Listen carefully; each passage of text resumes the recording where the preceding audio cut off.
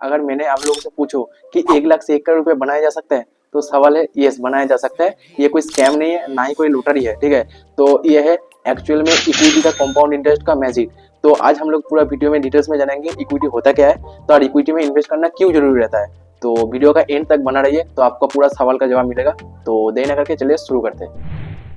तो सबसे पहले हम लोग को समझना जरूरी है कि इक्विटी होता है क्या है। अगर मान लीजिए आपने किसी कंपनी में शेयर यानी स्टॉक खरीदते हो, तो उस कंपनी का छोटे का एक हिस्से का मालिक बन जाते हो, तो इस ओनरशिप को बोलते हैं आपका इक्विटी। ओके, मान लीजिए आप अगर रिलायंस का शेयर खरीदे हो, तो आप रिलायंस का शेयर होल्डर बन जाते हो। तो अगर रिलायंस कंपनी ग्रो करेगा तो आपका प्रॉफिट भी होगा। आप दो तरीके से ये कमा सकते हो। एक होता है कि शेयर एप्रिसिएशन, मतलब अगर जब कंपनी का शेयर अगर ग्रो करता है, मान लीजिए 500 रुपये में अगर अभी करेंट डेट में चल रहा है, तो अगर 800 रुपये में हो गया, प्राइस का जो डिफरेंशिएट है जो बढ़ गया, तो वो होता है आपका प्रॉफिट। और एक होता है डिविडेंड, यानी ये होता है एक फोकट का पैसा आपको मिल जाना। यानी कंपनी ऐसे भी रूल्स लेकर आता है कि कोई उसका प्रॉफिट का कुछ हिस्सा वो शेयर होल्डर पे बांट देता है, तो इसको बोलते हैं आपका डिविडेंड। तो ये दो तरीके से आप इनकम हो सकते हैं आपका। तो अब सवाल ये उठता है कि इक्विटी में इन्वेस्ट करना क्यों जरूरी रहता है। तो इक्विटी में इन्वेस्ट करने के लिए आपको इसका रिटर्न आपको समझना पड़ेगा। एफडी में आपको कितना रिटर्न मिलता है, 6 से 7% का आसपास। ओके, तो अगर वही सिमिलरली इक्विटी में आपको रिटर्न मिलता है 12 से 15% का बीच में। ओके, तो सिमिलरली अगर आप 5,000 रुपये हर महीने एसआईपी करते हो, तो एफडी में आपको मिलेगा कितना, तो एफडी में आपको मिलेगा 25 लाख रुपया। वही चीज अगर आप इक्विटी में करते हो तो आपको वो मिलेगा 50 लाख रुपया। तो ठीक है, तो यही एक बिग डिफरेंस हो जाता है अगर लॉन्ग टर्म में देखा जाए, तो जिसके वजह से आपको इन्वेस्ट करना जरूरी रहता है। क्या इक्विटी में इन्वेस्ट करना रिस्क रहता है? हाँ, रिस्क तो थोड़ा सा रहता है, लेकिन आपको रिटर्न भी तो उतना ही मिल रहा है। आप ये भी तो चेक करिए, क्योंकि एक अगर शॉर्ट टर्म में देखा जाए तो थोड़ा सा वोलेटिलिटी और फ्लक्चुएशन रहता है स्टॉक प्राइस में, लेकिन अगर लॉन्ग टर्म में देखा जाए, यानी 5 साल 10 साल 15 साल का अगर आप कंपाउंडिंग करके देखें, तो हमेशा ये ग्रो ही रहता है, अप ट्रेंड ही रहता है। ठीक है, तो इसके वजह से एक बिग डिफरेंस हो जाता है रिटर्न की वजह से। तो ये एक फैक्टर आपको मेजर करता है। हाँ, रिस्क थोड़ा सा रहता है, तो रिस्क अगर नहीं होगा तो रिटर्न कैसे मिलेगा आपको, ये भी तो एक चीज है। अगर एग्जाम्पल की तरफ समझा जाए, एफडी आपका बहुत सेफ एंड इजी है। ये स्कूटी की तरह होता है, slow but steady and safe. और वही इक्विटी आपका बुलेट ट्रेन की तरह होता है। ठीक है, वो आपका शॉर्ट टर्म में थोड़ा सा वोलेटिलिटी ये सब दिखाता है, लेकिन स्पीड भी जब पकड़ लॉन्ग दूरी भी अंत तक जाकर जाता है। तो ये एक चीज आपको समझना पड़ेगा।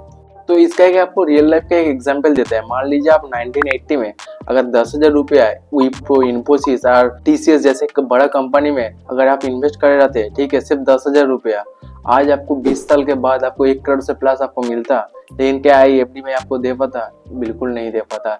तो सिमिलरली चीज आपको समझना बहुत इंपॉर्टेंट रहता है, इक्विटी में इन्वेस्टमेंट करना क्यों चाहिए। तो ये एक चीज आपको जानना जरूरी रहता है। अब आप लोगों का सवाल होगा, क्या वो इन्फ्लेशन यानी महंगाई को बीट कर पाएगा? जिन लोगों को नहीं पता इन्फ्लेशन क्या होता है, तो इन्फ्लेशन क्या होता है कि जो चीज आपको 100 रुपए में आज मिल रहा है, वो आपको आगे चलकर 5 साल 10 साल के बाद वो 120 या 150 रुपए में मिलेगा। वही सिमिलर अगर 100 रुपए में आपको 2 चीज मिल रहा है, तो वही अगर 100 रुपए में आपको 5 साल के बाद एक चीज मिलेगा। तो ये हो जाता है मोटा मोटी आपकी इन्फ्लेशन। तो हाँ, डेफिनेटली ये इन्फ्लेशन को बीट करता है, क्योंकि आपको एक इंटरेस्ट समेत आपको दिखाता है। सेविंग्स में आपको रिटर्न देता है कितना, 3 से 4%। ओके, वही आपका इन्फ्लेशन कितना रहता है, 6 से 7% के करीब हर ईयर। तो आपको रिटर्न कितना मिलता है, -2%। और एफडी में आपको रिटर्न कितना मिलता है, एफडी में आपको रिटर्न मिलता है 6 से 7%। इन्फ्लेशन है 6 से 7%। तो आपको बैलेंस हो जाता है। मान ली टोटली नेट रिटर्न होता है आपका 0। माने आपको सिर्फ सर्वाइव करना होता है। आपका फ्यूचर स्टेप मतलब अभी आज जैसा है वो फ्यूचर में भी वैसा ही है, कुछ चेंज नहीं हुआ। वही सिमिलरली अगर इक्विटी में आप इन्वेस्ट करते हो, तो इसमें क्या होता है कि 6 से 7% तो आपका इन्फ्लेशन बढ़ रहा है, लेकिन उसका रिटर्न होता है 12 से 15% के बीच में। तो आपका एक्स्ट्रा उसको छोड़ एडजस्ट करके भी आपको एक्स्ट्रा रिटर्न मिलता है 6 से 8%, जो होता है आपका बहुत अच्छा रिटर्न। तो इसको कंपेयर किया जाए तो आपका इन्फ्लेशन बीट करके आपका फाइनेंशियल स्टेबिलिटी और भी बेहतर बनाएगा। फॉर एग्जांपल के लिए 1 लाख रुपया अगर आप सेविंग्स अकाउंट में रखते हो, तो आपको 10 साल के बाद आपको मिलेगा 1.5 लाख रुपए के आसपास। वही सिमिलर चीज अगर एफडी और आरडी में रखते हो, वही 6 से 7% के करीब आपको रिटर्न देता है। हम 6.5 मान के चल रहा है, तो आपको वही चीज आपको रिटर्न में मिलेगा अप्रोक्स 2 लाख रुपए। ठीक है, वही सिमिलर चीज अगर आप इक्विटी में इन्वेस्ट करते हो, तो इसमें क्या होता है कि आपको मिलेगा 10 से 12% का रिटर्न। ठीक है, जिसमें आपको मिलेगा वही अप्रोक्सीमेट 3.5 लाख रुपीज। ठीक है। अगर आप 20 साल तक होल्ड करते हो तो उसमें आपको मिलेगा कि वही 10 लाख रुपए के आसपास। वही अगर आप 30 साल तक होल्ड करते हो तो आपको मिलेगा 40 लाख रुपए। समझ रहे हो? ये होता है आपका कंपाउंडिंग का एक्चुअल मैजिक, जो आपको टाइम के साथ साथ ग्रो होते दिखाई देता है। आई होप आपको थ्योरी पूरा समझ में आ गया होगा कि इक्विटी में इन्वेस्ट क्यों करना चाहिए। तो जाते हम बता देते हैं, मैं कोई सेबी रजिस्टर्ड इन्वेस्टमेंट एडवाइजर नहीं हूँ। This video only for educational purpose. Okay, तो मैंने जो आपको बताया वो आप मैंने किताब पढ़ के और आपका इंटरनेट में डाटा रिसर्च करके आपको बताया है। ठीक है, ये सब पास्ट का प्रीवियस डाटा हो चुका है। तो अगर आपको इन्वेस्ट करना है तो आप सही जगह पर फाइनेंशियल एडवाइजर का एडवाइस लीजिए, नहीं तो खुद रिसर्च करके इन्वेस्ट करिए। तो ऐसी फाइनेंशियल वीडियो और भी जानने के लिए ये वाला वीडियो देखें। तब तक के लिए बाय बाय।